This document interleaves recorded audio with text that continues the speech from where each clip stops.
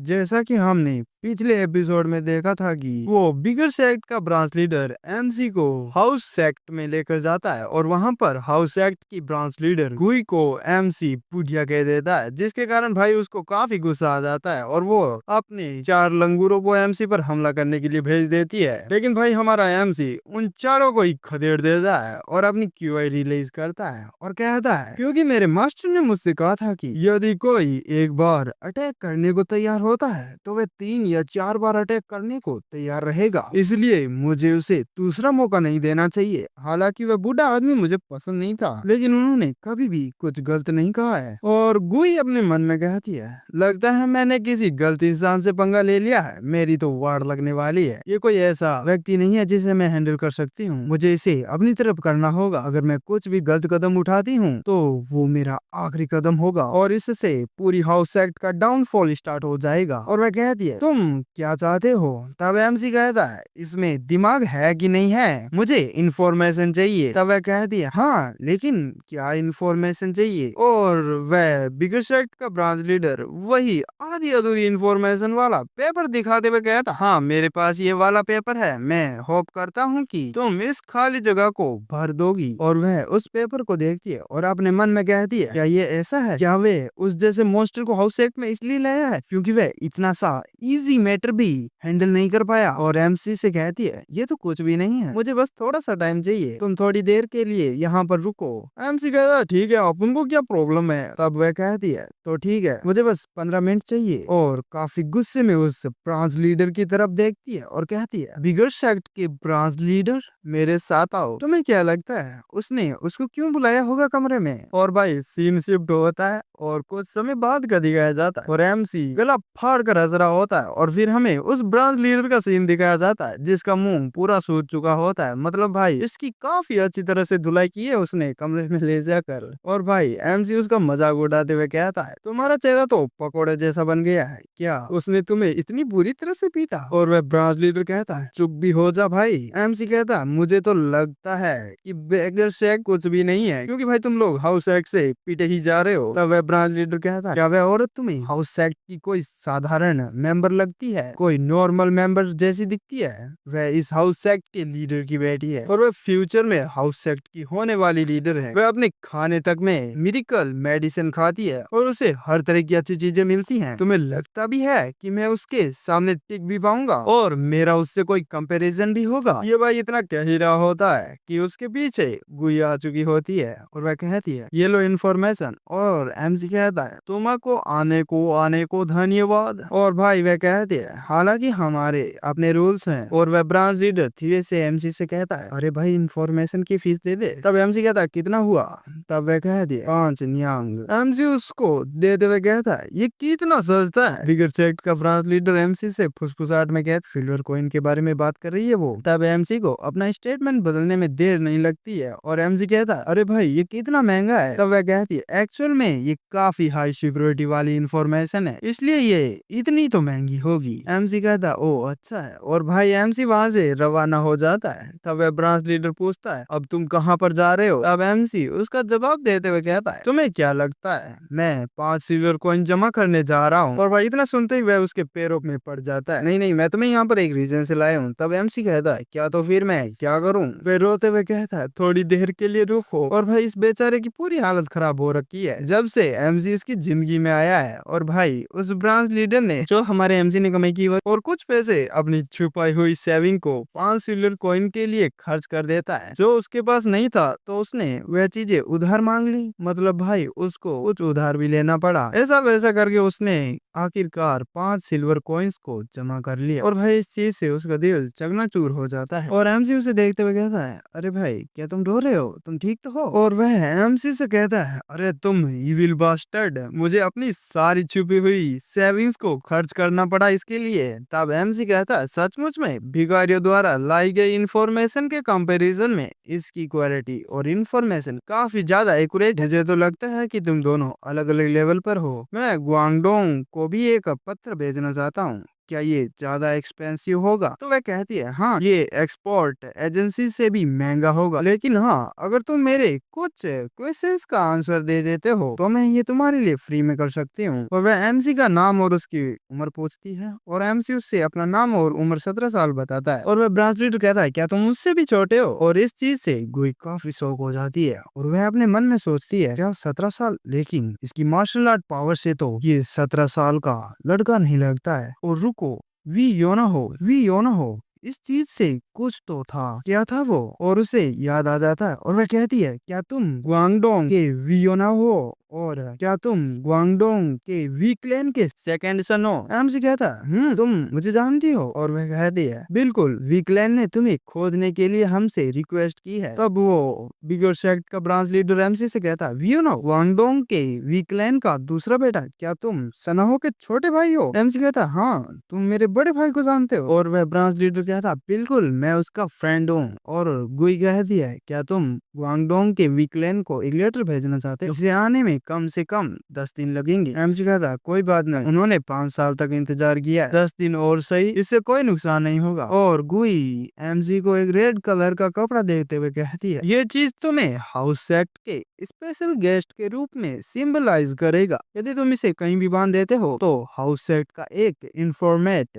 आपको ढूंढने आ जाएगा। और हमारा एमसी उसे लेते हुए कहता ये फ्री है क्या? और वह अपने मन में सोचती है कोई ऐसा व्यक्ति जो 17 साल की उम्र में 4 शैडो स्क्वाड्स को टेक डाउन करने में कैपेबल हो, सेंट्रल प्लान्स में ऐसा कोई नहीं है। इस तरह से उनके साथ कनेक्शन बनाने से हमें प्रॉफिट होगा। एमसी कहता है ये तो बेकार है, ये मेरे किसी काम का नहीं है। तब वह कहती है अगर ऐसा है तो मैं तुम्हें अगली बार फ्री में दूंगी। सालो तुम लोग क्या सोच रहे हो, ऐसा कुछ भी नहीं है भाई, इन्फॉर्मेशन देगी फ्री में और कह रही है जो कुछ भी पहले हुआ उसके कारण मैं आपको एक कस्टमर के रूप में खोना नहीं चाहती हूँ। एमसी कहता है कुछ भी तो नहीं हुआ। और वह ब्रांच लीडर कहता है क्या मतलब कुछ भी नहीं हुआ? मेरा चेहरा पकोड़े जैसा बना दिया गया और मैं कंगाल हो चुका हूँ और फिर भी तुम कह रहे हो कि कुछ भी नहीं हुआ? एमसी कहता है खैर मुझे तो लगता है कि तुम्हारे साथ अक्सर ऐसा होता ही रहता है, आखिरकार तुम हार जो चुके हो। और वह कहता है नहीं, मैं नहीं हारा हूँ। और दोनों ही मार्केट के अंदर से गुजर रहे होते हैं और भाई उस ब्रांच लीडर को अभी भी अपने पैसों के बारे में अफसोस हो रहा होता है कि उसने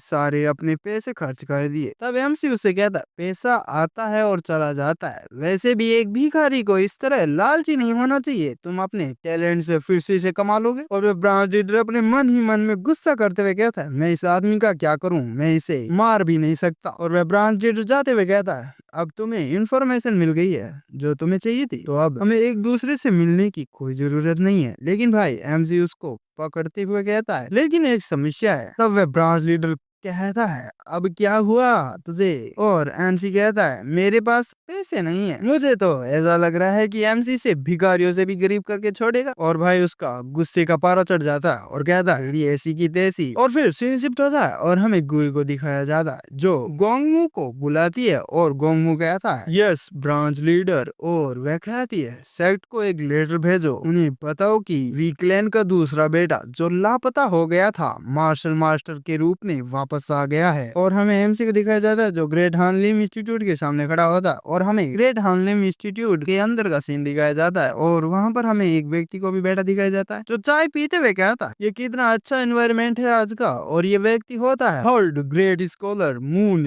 यूहान। भाई ये एनवायरमेंट ज्यादा देर तक रहने नहीं वाला है क्योंकि इसकी जिंदगी में हमारा एमसी जो एंटर करने वाला है, जहाँ पर भी एमसी एंटर किया है वहाँ पर वार्ड लगाकर छोड़िए। मुझे पता नहीं है कि इसके साथ क्या होने वाला है, लेकिन जो भी होगा मजेदार होगा। और फिर उसकी डॉटर यानी उसकी बेटी आती है और कहती है फादर यहाँ पर एक गेस्ट आया आपके लिए और इसका नाम होता है मून यूनजी। तब यूहान कहता है हालांकि आज मेरे पास कोई शेड्यूल नहीं है। तब उसकी बेटी कहती है उसने कहा है कि वह आपके साथ गो खेलना चाहता है। अगर भाई तुम्हें पता नहीं है कि गो गेम क्या होती है, मैं बता देता हूँ। आपने बहुत सारी मानवा में भाई देखा होगा, ये एक चाइनीज गेम है और मैं इसकी इमेज भी बता देता हूँ, आपकी अंडरस्टैंडिंग के लिए बता देता हूँ। लेकिन भाई मुझे पता है कि मेरे सब्सक्राइबर्स को सब कुछ पता है। ये सुनते ही वो कहता जल्दी से मेरे पास लेकर आओ भाई, ये खेल का शौकीन लगता है और वह उसे लेकर आ जाती है। और भाई हमारा एमसी अभी भी फटे ही हाल होता है और वह यूहाना से कहता है कि मैं होप करता हूँ कि मैंने आपको डिस्टर्ब नहीं किया होगा। और यूहान कहता है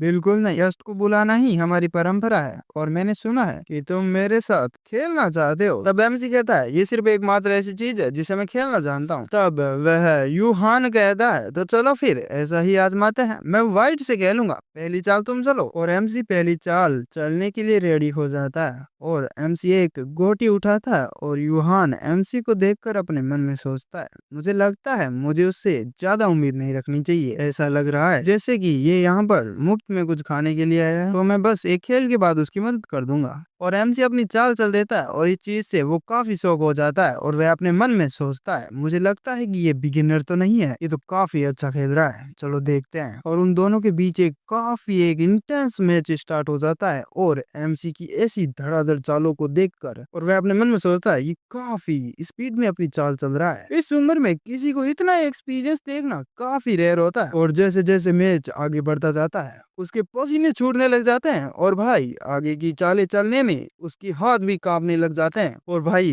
एमसी इसको पूरी तरह से फंसा देता है और ये अपने मन में सोचने लग जाता है ये सिर्फ तेज ही नहीं बल्कि एक वॉल डेमन है। और भाई एमसी उसकी तरफ देखते हुए कहता है क्या आप अपनी चाल नहीं चलने वाला है। और एमसी के इस तरह के खेल को देखकर यूहान अपने मन में सोचता है इसका खेलने का तरीका एंग्री ओशन वेव की तरह है, वो कोई ऐसा व्यक्ति है जो बैटल के लिए पूरी तरह से क्रेजी हो चुका है। ये कुछ इस तरह से ही है जब फाइट नेसेसरी भी नहीं होती है तभी वह अटैक करने में पीछे नहीं हटता है। अगर इसे थोड़ी सी भी गुंजाइश दिख जाती है तो ये भूखे डीमन की तरह अटैक करता है और उसे निगल जाता है। ये बिल्कुल एक वॉर डेमन की तरह है। और वह एमसी से कहता है ये काफी अच्छा गेम था, तुम्हारे खेलने का तरीका बिल्कुल ही यूनिक है। एमसी कहता है इसके लिए थैंक्स, ये मेरे मास्टर द्वारा बोले गए के कारण है। तब यूहान कहता है क्या तुम्हारे पास एक मास्टर है। और अपने उस टाइम को याद करते हुए एमसी अपने फ्लैशबैक में जाता है जहां पर शॉर्ट एम्पर एमसी से कह रहे होते हैं अगर तुम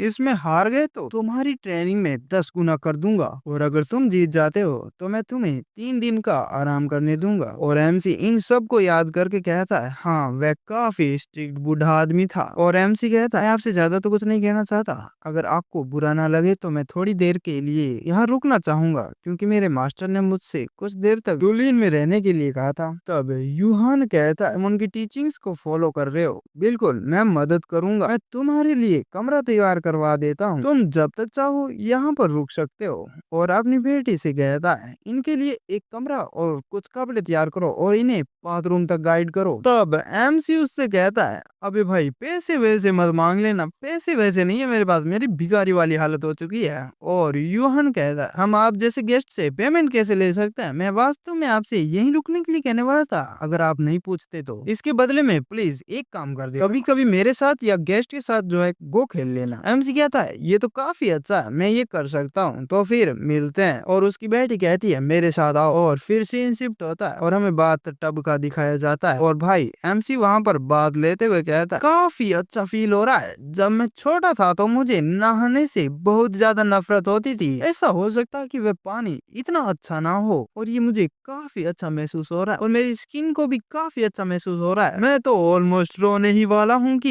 ये कितना अच्छा है, ये सारी गलती उस बूढ़े आदमी की है। और तभी यून जी आती है और दरवाजे को नॉक करती है और वह अपने मन में सोचती है मुझे बिल्कुल भी समझ में नहीं आ रहा है फादर ने अपने जैसे किसी इंसान को गेस्ट के तौर पर कैसे एक्सेप्ट कर लिया। और एमसी वहां से बाहर निकलता है और वह अभी भाई एकदम नंगा पुंगा, आई एमसी को घंटा फर्क नहीं पड़ता है कि बाहर कौन खड़ा है। और भाई वह बेचारी डर जाती है और चीखने लग जाती है। और एमसी कहता है क्या हुआ। और भाई एमसी का पूरा चेहरा बालों से ढका हुआ होता और वह टॉवल देते हुए कहती है मैंने सोचा कि तुम कोई भूत हो, प्लीज इससे खुद के छोटे भूत को ढक लो, और मेरा मतलब है खुद को ढक लो। और भाई उस टॉवल को लेता है और भाई ये थोड़ा सा देती है एमसी का चेहरा, तुम क्या सोच रहे थे कि वह ना ना ना ना गंदी बात नहीं। और भाई एमसी पूरा चमक रहा होता और एमसी कहता ये इनफ है। और वह कहती है अभी अंदर तो कोई और गया था, तुम कहाँ से बाहर निकले, कौन हो तुम। और फिर हमें कुछ दिनों बाद का सीन दिखाया जाता है और भाई यून जी अपने फादर पर चिल्ला रही होती है और कहती है फादर आप प्लीज उसे कुछ तो कहिए।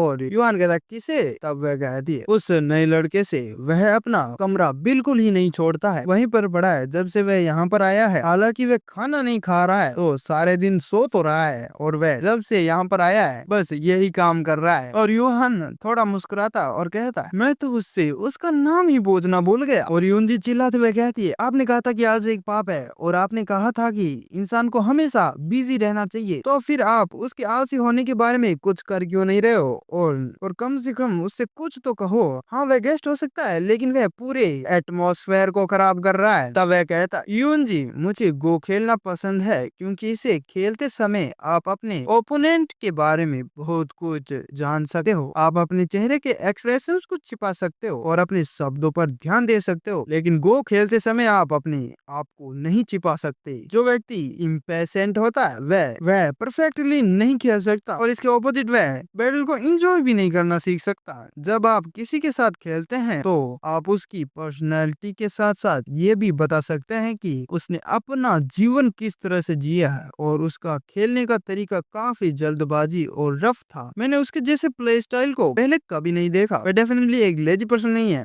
मैं मानता हूँ कि उसने बहुत ही ज्यादा हार्ड लाइफ जी है। अगर सूरज जितना तेज चमकता है तो उसकी छाया भी उतनी ही गहरी होती है। यदि वह आलसी है तो मुझे यकीन है कि इसका मतलब है यही होगा कि उसका जीवन काफी हार्ड रहा होगा। अगर कोई पक्षी बारिश से बचने के लिए तुम्हारी छत के नीचे आता है तो आप उस पक्षी को भगाना नहीं चाहिए। आपको उस पक्षी से ये सवाल नहीं पूछना चाहिए कि आप बारिश में उड़ क्यों नहीं रहे हो। मतलब भाई एक लंबा चौड़ा लेक्चर देता है। इनडायरेक्टली ये कहना चाहता है कि उसे आराम करने दो, क्यों परेशान कर रहे हो बेचारे को। और यूएनजी कहती है ठीक है फादर। और फिर सीन शिफ्ट होता है और वह एमसी के कमरे के अंदर आ जाती है और कहती है मैंने तो यही कहा था, लेकिन ये कमीना। और भाई चारों तरफ कूड़ा कचरा फैला हुआ होता है, और एमसी आधा बिस्तर पर और आधा नीचे लेटा हुआ होता है। मतलब भाई बिल्कुल ही ये तो मेरी स्टाइल में सो रहा है। और एमसी की ऐसी हरकतों को देखकर वह अपने मन में सोचती है जरूर ही इसने फादर को उल्लू बनाया है। ये आलसी आदमी फादर जैसा हो ही नहीं सकता। मैं यहाँ से इसे धक्के और लात मार कर निकाल दूंगी। और वह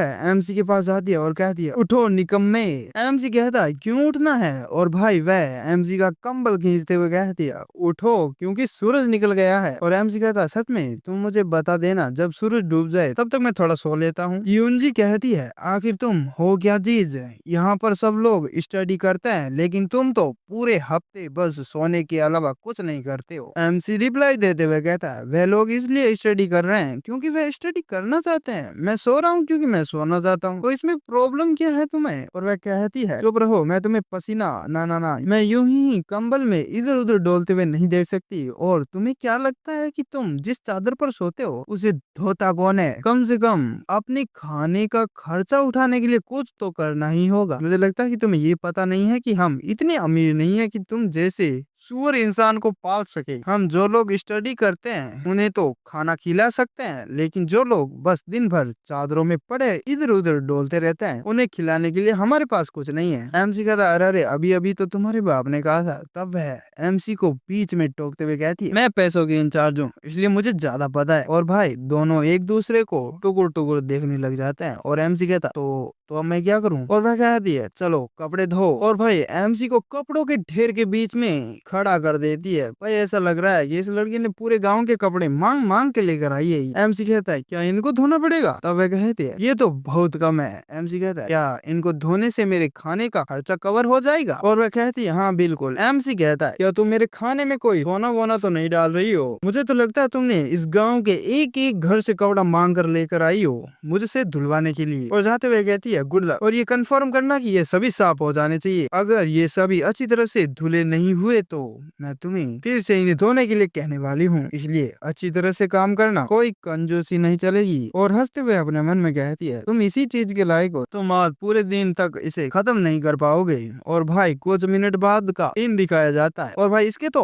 होश ही उठ जाते हैं, क्योंकि भाई एमसी ने इन कपड़ों को इतना चमका दिया होता है कि तुम अपना चेहरा भी देख सकते हो इनमें। मतलब भाई सफेदी की चमकान लग रहे होते होते हैं और भाई ये यही सोच रही होती है कि इसने ऐसा कैसे किया, और कपड़ों की इतनी सफेदी देखकर कहती है क्या ये हमेशा से ही इतने सफेद थे, आखिर उसने ऐसा किया तो किया कैसे। नहीं नहीं नहीं, मैं उसे फिर से आलस में रहने नहीं दे सकती, मुझे उसे पकड़ना होगा। और भाई यूनजी उसे दूसरा काम बताती है और वह कहती है मैं तुम्हें 1 हफ्ता देती हूँ, ये सब हो जाना चाहिए। एमसी कहता है इन सब को काटना है और वह हंसते हुए अपने मन में कहती है मैं शर्त लगा सकती हूँ, ये 1 दिन में यहाँ से भाग जाएगा। और भाई ये काम भी एमसी ने कुछ ही मिनटों में ही कर दिया होता है। वह तो आराम से ऊपर सो रहा होता है और ये सब देखकर वह फिर से सोचती है ये सब क्या बकवास है, इस काम को 10 लोगों को करने में 10 दिन लगेंगे, लेकिन इसने तो कुछ मिनटों में ही कर दिया। और भाई इस तरह से ये एमसी को नए नए काम देती रहती और एमसी उन्हें मिनटों में कर लेता और भाई हर बार इसी का ही पोपट हो रहा होता है। और भाई इस चीज से वो चिढ़ते हुए कहती है ये हर चीज को इतना जल्दी कैसे कर लेता है। और इस तरह से वी ओनहो की रूलिंग लाइफ स्टार्ट हो जाती है। और फिर हमें सीन उसी मैड डॉग का दिखाया जाता है जो उस लड़के को बता रहा होता है कि लेकिन उसे अपने घर में रखना एक बहुत बड़ी भूल थी, उसे उस आदमी को अपने घर में कभी नहीं आने देना चाहिए था। मतलब भाई एमसी की बात कर रहा है। वह मैड डॉग कहता है क्योंकि वह आदमी जहाँ भी जाता है मुसीबतें अपने साथ लेकर आता है। भाई वही बात कह रहा होता है जो मैंने तुम्हें पहले बताई थी। हो सकता है कि ये उसका इरादा ना हो, लेकिन वह जहाँ भी जाता है मुसीबतें उसका पीछा करते करते आ ही जाती है। रूलिन के साथ भी कुछ ऐसा ही होने वाला था। एक स्कॉलर हॉल जो इतना शांत और पीसफुल था वह वियोना के आते ही केओस में डूब गया। वह लड़का कहता है आखिरकार क्या हुआ, और वह मैड डॉग कहता है ये सब तब शुरू हुआ जब, और फिर सीन शिफ्ट होता है और हमें एमसी को दिखाया जाता है जो गो गेम खेल रहा होता है और अपने मन में कहता है आखिरकार ये सब कैसे हो गया, मैंने तो सोचा था कि कभी कभार ही होगा। और हमें दिखाई देता है कि भाई एमसी के साथ खेलने के लिए बहुत सारे लोग आ चुके होते हैं और भाई गेट के बाहर तक भीड़ लगी होती है। और भाई ये सभी इसलिए इकट्ठा होता है क्योंकि भाई इन्हें एक लेटर मिला होता है और ये और किसी ने नहीं, 3rd ग्रेड स्कॉलर ने एक लेटर भेजा होता है। इसलिए भाई सभी यहाँ पर टूट पड़े हैं क्योंकि भाई 3rd ग्रेड स्कॉलर ने जो लेटर भेजा है तो भाई ये कोई मामूली तो नहीं होगा, कुछ जरूर ही कुछ खास होगा। इसलिए भाई यहाँ सभी लोग टूट पड़े हैं एमसी के साथ खेलने के लिए। और 2 बंदे आपस में बात कर रहे होते हैं। एक बंदा कहता है उसका खेलने का तरीका बिल्कुल ही यूनिक है। अब दूसरा बंदा कहता है मैं तो इतना ज्यादा सीरियस था कि मैं तो अपनी स्वागत तक को छोड़कर आ गया हूँ। तो भाई तेरी पत्नी के साथ कौन है पता नहीं कौन है, लेकिन मुझे तो सिर्फ गो खेलना है। और एमसी कहता है लोगों को मेरे साथ खेलने के लिए यहाँ पर लेटर भेजकर बुलवाना, ये तो मेरे साथ धोखा हुआ है। और भाई उस लेटर में ये लिखा हुआ होता है कि जो पत्थर इस रहता है वो सड़ जाता है, रखी हुई मेज अपने मालिक का इंतजार कर रही है, अगर आपके पास समय हो तो प्लीज गो गेम खेलने के लिए जरूर आइए। एक ऐसा मास्टर अपेयर हुआ है ग्रेट हैंडलिम इंस्टीट्यूट में। मतलब भाई इसने तो एमसी की वार्ड लगा दी है और यहाँ पर एमसी एक बंदे की चींक टपा डम डम कर रहा होता है और वह एमसी के खेलने के तरीके को देखकर अपने मन में कहता है ये किस तरह का मुंह है, ये तो बेसिकली एक सुसाइड है, क्या इसने मिस्टेक की है? नहीं, ऐसा कोई जरिया नहीं है। हाँ अगर वह एक नॉर्मल सिविलियंस होता तो ऐसा ही होता, लेकिन मेरे सामने जो मेरा ओपोनेंट है वो अनडिफिटेबल जीनियस ऑफ नीम है, ये उसके दिमाग में जरूर कोई ना कोई प्लान होगा, ये कोई ट्रैप है, मुझे इससे बचना होगा, मुझे यकीन है कि कुछ ना कुछ खिचड़ी जरूर पक रही है। और एमसी काफी गुस्से में अपने मन में कहता क्या तुम वहाँ से पीछे क्यों हटे बेल बुद्धि साला, मैंने ऐसा इसलिए किया था कि मैं हार सकूं, अगर मैं नहीं हारा तो मैं हमेशा के लिए गो खेलता ही रह जाऊंगा। ये चीज कितनी आसान थी, अगर तुम इस झांसे में आ जाते तो मैं सिर्फ 10 मुंह में ही हार जाता। और वह बंदा कहता मैं हार गया हूँ। और भाई एमसी रोते हुए अपने मन में कहता तेरी तो। और भाई एमसी अपने कमरे की तरफ जा रहा होता है और अपने मन में कह रहा होता है मैं भाई सुसाइड मूव बना रहा हूँ, फिर भी ये बेल बुद्धि लोग मुझे नहीं हरा पा रहे हैं। अरे भाई मैं हारना चाहता हूँ, लेकिन भाई वे लोग तो बस मेरे ओपोनेंट को डराने में लगे, अगर ऐसा ही चलता रहा तो भाई यहाँ पर और भी ज्यादा लोग खेलने के लिए आएंगे और मेरी नींद को हराम कर देंगे, इससे तो अच्छा होता कि मैं कपड़े ही धो लूं, इस चीज से मेरी तो पीठ ही दर्द करने लगी है भाई। अभी एमसी को कोई आवाज सुनाई देती है और वह आवाज कह रही होती है मैंने कहा ना मैं नहीं चाहती। और उस आवाज को सुनकर एमसी वह आवाज जहाँ से आ रही होती है उस तरफ देखता है और भाई वहाँ पर एक दूध की शक्ल का आदमी खड़ा होता है और इसका नाम होता है नोक मोक पुंग। लेकिन भाई मैं इसे यह नहीं कहने वाला हूँ, मैं इसे सिर्फ ढोलकपुर का कालिया कहने वाला हूँ, मैं ऐसा इसकी शक्ल के लिए नहीं कह रहा हूँ भाई, भाई इसकी हरकतें ही कुछ ऐसी हैं। और वह कहता है कि तुम सचमुच में मुझसे शादी नहीं करने वाली हो। और भाई वहाँ पर हमारी मेरा मतलब है कि यूनजी खड़ी होती है और वह कह रही होती है नहीं बिल्कुल भी नहीं। अब ढोलकपुर का कालिया कहता है ठुकरा के मेरा प्यार इंतकाम देखेगी, तुम्हें इससे पर काफी रिग्रेट होने वाला है। तब यूनजी कहती है नहीं मुझे कोई रिग्रेट नहीं होगा, बल्कि मुझे तो खुशी होगी। तब वही वह ढोलकपुर का कालिया कहता है बेहतर होगा कि तुम इसके बारे में दोबारा सोचो, मुझे हमेशा वही चीज मिल जो मुझे चाहिए होती है। अबे भाई वो कोई चीज नहीं है, वो लड़की है। मैं जो चाहता हूँ उसे कभी नहीं जोड़ता हूँ। मैं अभी तो बस तुम्हें ऑफर दे रहा हूँ, लेकिन अगर तुम मुझे ऐसे ही मना करती रही तो मैं अगली बार ये ऑफर भी नहीं दूंगा। क्या तुम्हें यकीन है कि सिर्फ आपकी वजह से ग्रेट हनीम इंस्टीट्यूट का डाउनफॉल सही होगा? और भाई यूनजी अपना हाथ उसकी तरफ करते हुए कहती है तुम जैसे की औकात क्या है, ग्रेट हनीम इंस्टीट्यूट इतनी आसानी से डाउनफॉल में नहीं जाने वाला है। और भाई ये ढोलकपुर का कालिया कहता है जरूर, लेकिन मैं इसे पॉसिबल बना सकता हूँ। मुझे यकीन है कि तुम इस बात से पूरी तरह से अवेयर हो। और यूनजी काफी गुस्सा हो जाती है और कहती है मुझे तुम्हारी ये बात बिल्कुल भी पसंद नहीं है। क्या तुम्हें लगता है कि सब कुछ तुम्हारे ही फेवर में होगा? तो वह ढोलकपुर का कालिया कहता है ये इम्पॉसिबल तो नहीं है। यूनजी कहती है नहीं, मैं तुमसे कभी भी शादी नहीं कर लूंगी, इसलिए ये इम्पॉसिबल है। और भाई गुड बाय कहकर जाने लग जाती है। लेकिन भाई ये ढोलकपुर का कालिया उसका हाथ पकड़ लेता है और यूनजी कहने लग जाती है मुझे जाने दो। और ढोलकपुर का कालिया कहता है मुझे नाराज ना करना ही तुम्हारे लिए बेहतर होगा। और अपनी कोबरा की जीभ निकालते हुए कहता है भाई पहले तो इसे अंदर डाल ले, सारा मूड खराब कर दिया। और कहता है क्या तुम्हें लगता है कि अगर मैं तुम्हें ले जाने की कोशिश करूं तो भी तुम इतना साहस नहीं दिखा सकती? तभी एमसी की एंट्री होती है और ये कोई ऐसी बात नहीं है जो तुम्हें किसी दूसरे के घर में आकर कहनी चाहिए, कहीं तुम्हारा कोई टेटवा ना दबा दे। और यूनजी उससे अपना हाथ छुड़ाकर एमसी से कहती है क्या तुमने अपने कपड़े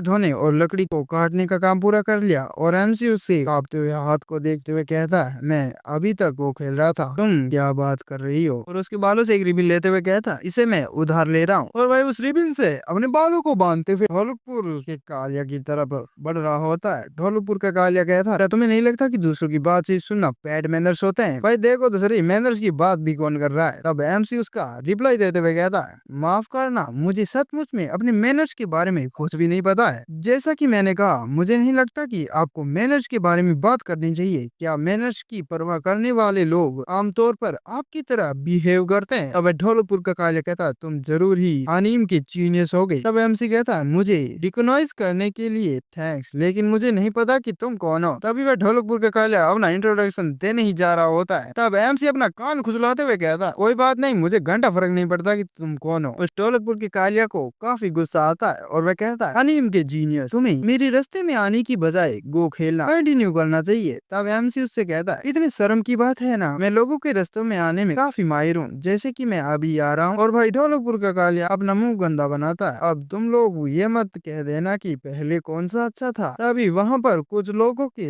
आने की आहट सुनाई देती है और भाई वहाँ पर बहुत सारे अंटर पंटर आ जाते हैं और भाई एमसी से कहने लग जाते हैं कि आप तो भाई क्या खेलते हो, क्या बात है, कुछ कहने को अल्फाज ही नहीं बचे हैं, कुछ कहने को कल मेरे साथ जरूर खेलना, मतलब ऐसी बकवास कर रहे होते हैं। एमसी कहता है ठीक है। और इस चीज को देखकर वह ढोलकपुर का कालिया वहाँ से जाते हुए कहता है अभी के लिए तो मैं जा रहा हूँ, लेकिन ये मत भूलना कि अगर तुम 3 दिनों में मेरी बाहों में नहीं आओगी तो मैं सब कुछ अपने तरीके से करूंगा। तब एमसी यूनजी से कहता है कौन था ये अजूबा? अब यूनजी एमसी को बताते हुए कहती है एक आदमी जिसका नाम नोक मोंगपुंग, ये एम्पीरियल पैलेस के सेवक का अडॉप्टेड सन है जिसके पास बहुत ज्यादा पावर है। अब एमसी उससे पूछता है आखिर वह तुमसे क्या कह रहा था? और वह जवाब देते हुए कहती है वह चाहता है कि मैं उससे शादी कर लूं, मैंने हर बार उसे मना किया लेकिन फिर भी ये मुझे परेशान करता है। तब एमसी कहता है क्या वह ठीक नहीं है? वह एक अच्छे परिवार से आता है और तुमसे शादी करने के लिए इसी पागलों की तरह तुम्हारे पीछे पड़ा है। तब वह कहती है क्या तुम मेरे हाथों से मरना चाहते हो? वह मुझसे इसलिए शादी नहीं करना चाहता कि वह मुझसे पसंद करता है, वह सिर्फ मेरा यूज करना चाहता है। शायद तुम ये चीज नहीं जानते होगे कि मेरे फादर का रुलिन में काफी अच्छा नेटवर्क है और लोग ये भी कहते हैं कि वह एक पॉलिटिशियन बनने के लिए परफेक्ट कैंडिडेट है। तुमने सोचा है कि इन सब के बावजूद वह यहाँ जीवन क्यों जी रहे हैं? सिर्फ इसलिए नहीं कि उन्हें सिविल सर्विस में कोई रुचि नहीं है। तब एमसी कहता है जरूर ये गो के कारण ही होगा, इतना पागल जो रहता है तुम्हारा बाप उसके पीछे। तब यूनजी कहती है नहीं ऐसा बिल्कुल नहीं है, ऐसा इसलिए है क्योंकि एम्पीरियल पैलेस के हिजड़े मेरे फादर से बहुत सावधान रहते हैं। हिजड़े इसका मतलब तो आप समझ गए होंगे कि जिसकी खुदाई करने का मशीन काट दिया गया हो उसे ही कहते हैं, सबको पता ही है, वैसे बताने की कोई जरूरत नहीं है। तब एमसी उससे पूछता है, हिजड़े लेकिन तुम्हारे फादर तो इस इंस्टीट्यूट के सिर्फ एक मालिक हैं, तो फिर वह उनसे क्यों सावधान रहेंगे भला? तब एमसी का रिप्लाई देते हुए कहती है, ये सिर्फ कोई इंस्टीट्यूट नहीं है, ग्रेट हनीम इंस्टीट्यूट बाकियों से अलग है। हम किसी दूसरी ऑर्गेनाइजेशन से संबंध नहीं रखते हैं, इसलिए इस पॉइंट तक पहुंचना काफी मुश्किल था, लेकिन इसके कारण हम अन्य ऑर्गेनाइजेशन के साथ कहीं गहरे संबंध बनाने में कामयाब रहे। करप्ट और बेकार होने के बावजूद हिजड़े इसलिए सत्ता में हैं क्योंकि फोर्स ऑफ रूलिन उन्हें खदेड़ने के लिए एकजुट नहीं हुई। हालांकि अगर फादर फोर्स ऑफ रूलिन को कंट्रोल कर पाते तो तब एमसी कहता है, तो क्या हिजड़े खतरे में आ जाते? तब वह कहती है, हाँ यही रीजन है कि नोक मोंगपुंग के फादर मेरे फादर को सिविल सर्विस में जाने से रोकने के लिए इतने बेताब है। हाल ही में उन्होंने एक नया रास्ता खोज लिया, एक ऐसा तरीका जिससे आपको रूलिन से डरने की कोई जरूरत नहीं है। एकजुट होने के साथ साथ रूलिन के एक पावरफुल फिगर से क्लोज कनेक्शन भी बनता है। ये और कुछ नहीं, मेरे और मोंगपुंग के बीच की शादी है और हमें किसी दूसरी जगह का सीन दिखाया जाता है। वहाँ पर वही ढोलकपुर का कालिया अपने घुटने टेके हुए कहता है, मुझे माफ कर दो फादर, जीनियस ऑफ हनीम नामक एक व्यक्ति अपेयर हुआ है, इसलिए प्लान को कंटिन्यू करना मुश्किल हो सकता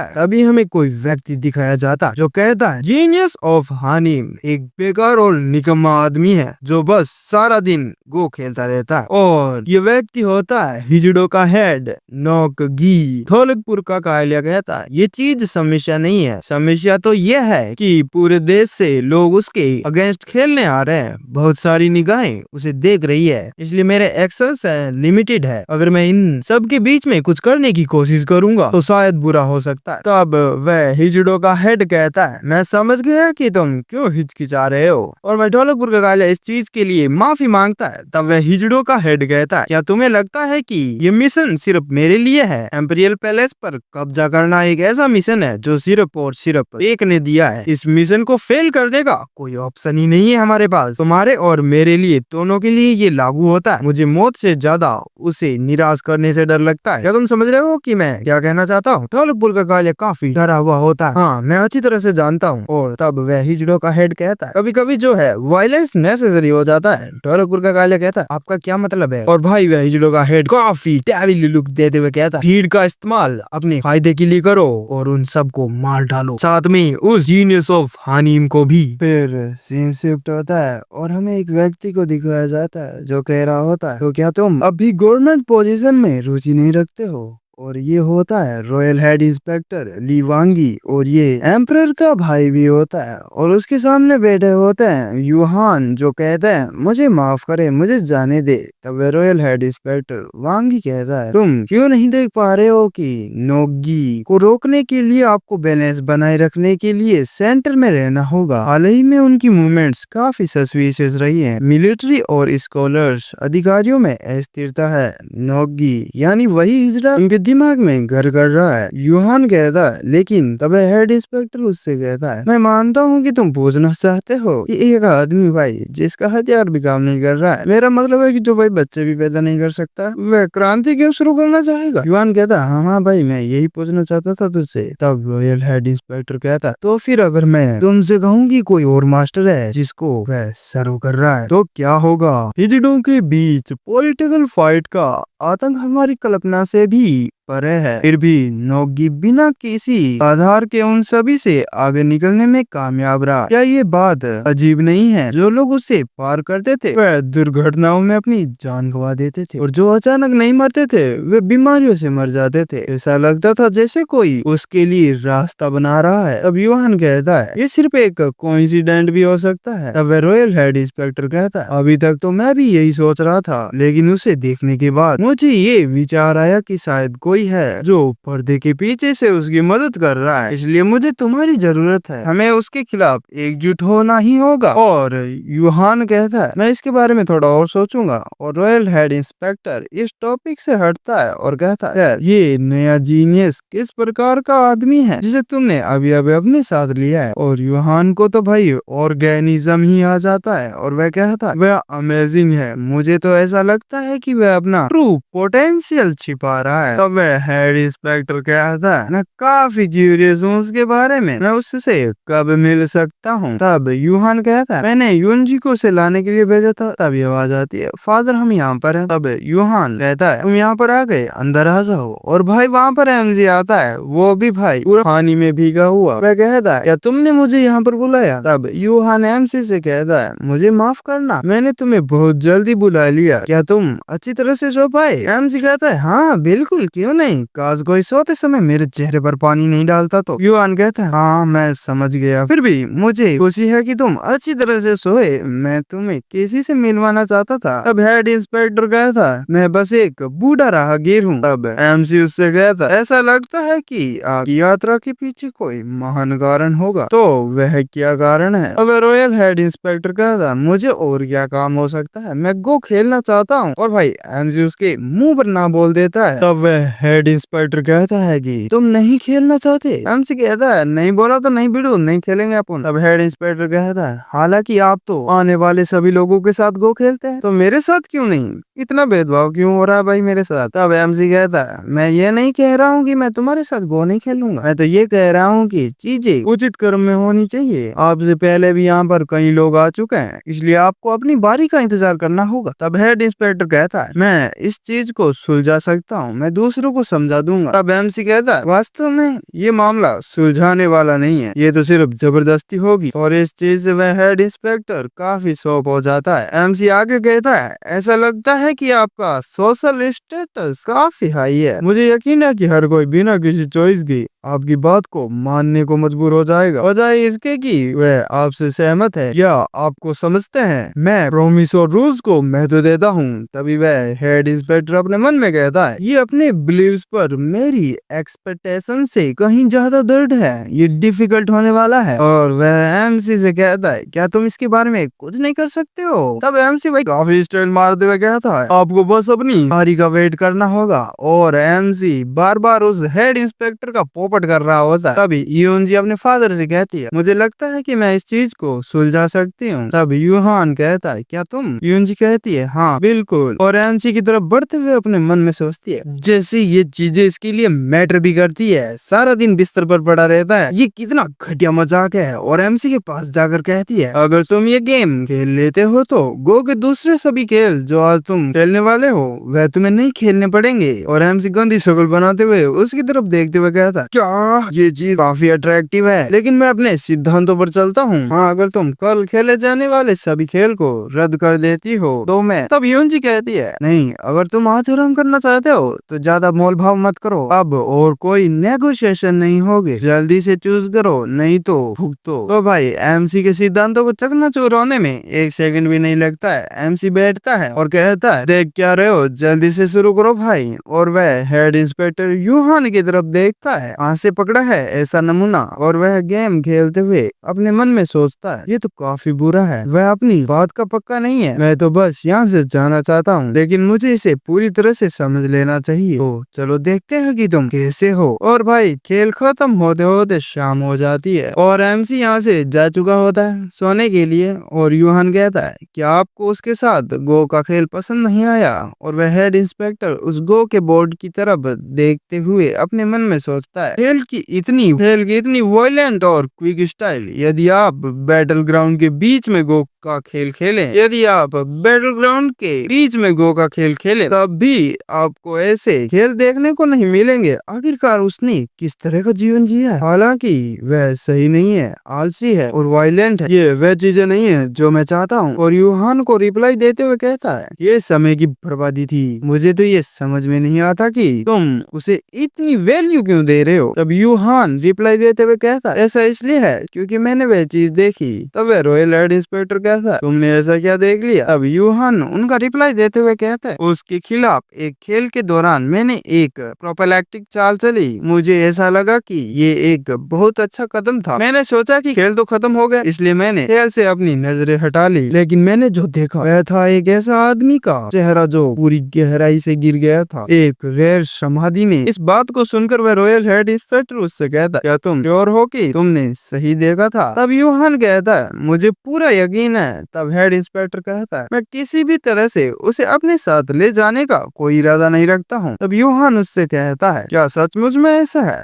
तब हेड इंस्पेक्टर कहता है, मैंने इस बकचोदी में अपना पूरा समय बर्बाद कर दिया। खैर, मुझे तुमसे मिलना था, इसलिए मुझे लगता है कि ये समय की बर्बादी नहीं थी। बेहतर होगा कि मैं कल जल्दी ही निकल जाऊं। और यूहान कहता है, क्या तुम इतने बिजी हो? तब रॉयल हेड इंस्पेक्टर कहता है, मैंने तुम्हें बताया तो था कि हाल ही में माहौल काफी तनावपूर्ण लग रहा है। तब वह कहता है, हाँ मैं समझ सकता हूँ। और वह चांद की तरफ देखते हुए कहता, रात कितनी बढ़िया है। भाई मैं बता रहा हूँ, ये मुसीबत के आने का पहले का सन्नाटा है। बहुत ही जल्द यहाँ पर कुछ ऐसा होने वाला है जिसकी तूने सोची भी ना होगी। ये शिफ्ट होता है और हमें किसी दूसरी जगह का दिखाया जाता है। वहाँ पर भाई एक सस्ता बैटमैन आता है। बिल्कुल भाई, बैटमैन का कमजोर स्पर्म लग रहा है, किंडर जॉय वाला बैटमैन लग रहा है पूरा। और भाई ये है और कोई नहीं होता है, ये हमारा ढोलकपुर का कालिया होता है। कुछ सस्ते बैटमैन को भी लेकर आया होता है। और भाई ढोलकपुर का कालिया अपनी गंदी हंसी दिखाते हुए कहता है, इसे जल्दी से पूरा करो। और भाई सभी सस्ते बैटमैन निकल पड़ते हैं। और भाई एक बंदा उबाशिया मार रहा होता है। अबे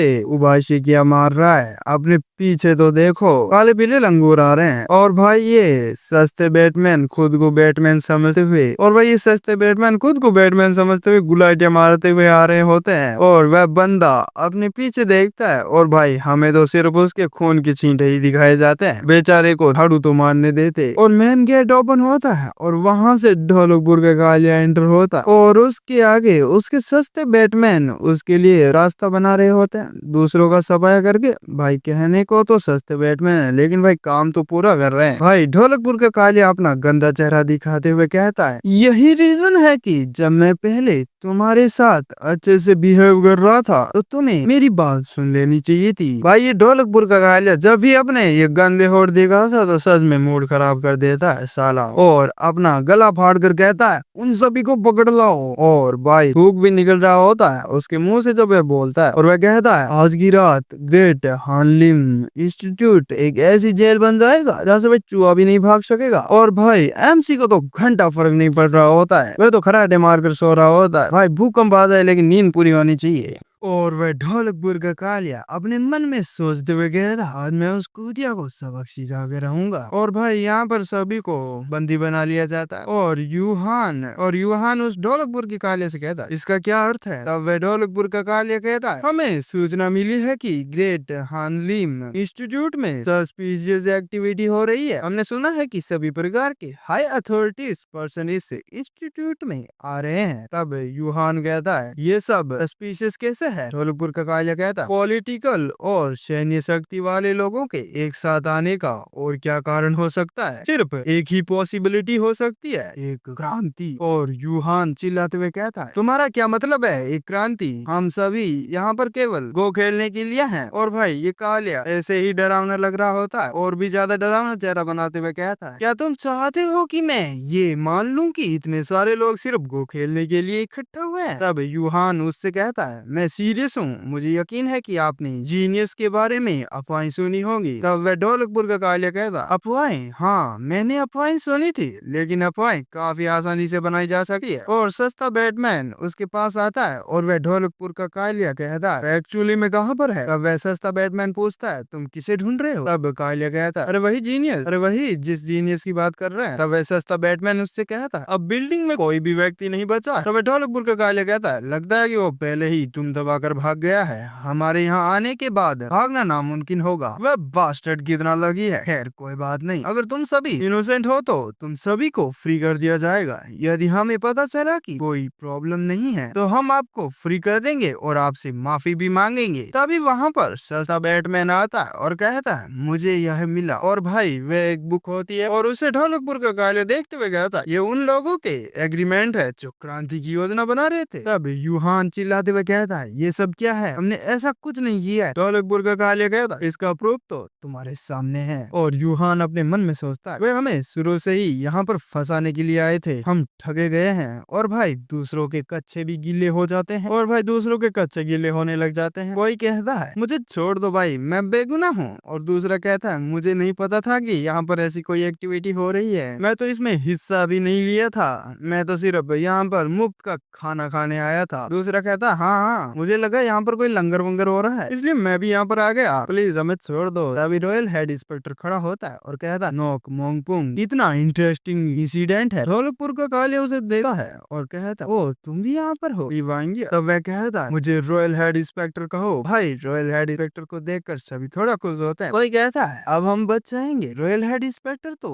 यहीं पर थे, वो तो सब कुछ जानते हैं। तब कालिया कहता है, अगर मुझे ये पता होता कि आप यहाँ पर हो तो मैं ऐसा कुछ नहीं करता। रॉयल हेड इंस्पेक्टर कहता है, मैं द्वेष रखने वाला व्यक्ति नहीं हूँ, तो हमें आजाद करो। ढोलकपुर का कालिया उसके पास आता है और कहता है, उससे पहले मैं आपसे एक सवाल पूछना चाहता। तब वह रिप्लाई देते हुए कहता, क्या सवाल है? तब वह कहता है, आपने क्रांति की योजना क्यों बनाई? क्या तुमने सचमुच सोचा था कि मुझे पता नहीं चलेगा कि तुम यहाँ हो? देखो शकल कैसी बनाई है, दरिंदगी तो चेहरे से ही टपक रही है। रॉयल हेड इंस्पेक्टर कहता है, तुम किसके बारे में बात कर रहे हो? और भाई दो सस्ता बैटमैन उस हेड इंस्पेक्टर को वापस घुटनों पर ले आते हैं और वह कालिया कहता है, किसी भी क्रांति का एक सेंट्रल व्यक्ति जरूर होता है। मैं ये नहीं मानता कि वह सिर्फ कोई स्कॉलर था, ज्यादातर यही समझ में आता है कि वह आप ही हो, एम्परर के फैमिली मेंबर। हेड इंस्पेक्टर चिल्लाते हुए कहता है, तुम्हारे अहंकार की कोई सीमा नहीं है, मुझे फंसाने की तुम्हारी हिम्मत कैसे हुई? तुम्हें लगता है कि तुम अपने कर्मों के परिणाम से बच सकते हो? मैं तुम्हें ऐसा करने नहीं दूंगा। अब ढोलकपुर का कालिया कहता है, ऐसा लगता है कि तुम कुछ गलत समझ रहे हो। आप इस बारे में मैजेस्टी को रिपोर्ट भी नहीं कर पाओगे, क्योंकि तुम उससे फिर कभी नहीं देख पाओगे। क्रांति की सजा तुरंत फांसी होती है, तुम सब यही मरोगे। हमें क्रांतिकारियों के हस्ताक्षर मिल गए हैं। मैजेस्टी क्या सोचेंगे?